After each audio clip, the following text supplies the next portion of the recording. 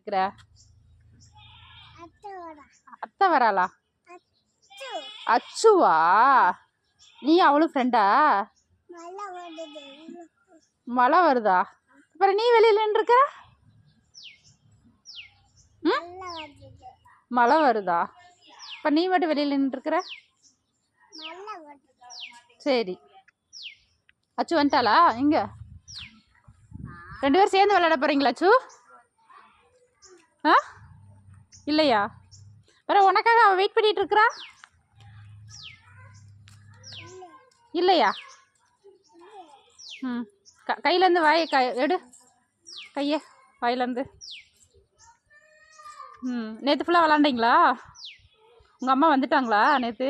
எப்போ வந்தாங்க? இப்போ தான் வந்தாங்களா? 2 பேரும் சேர்ந்து விளாண்டிங்களா? சரி. நீயும் வந்துட்டியா?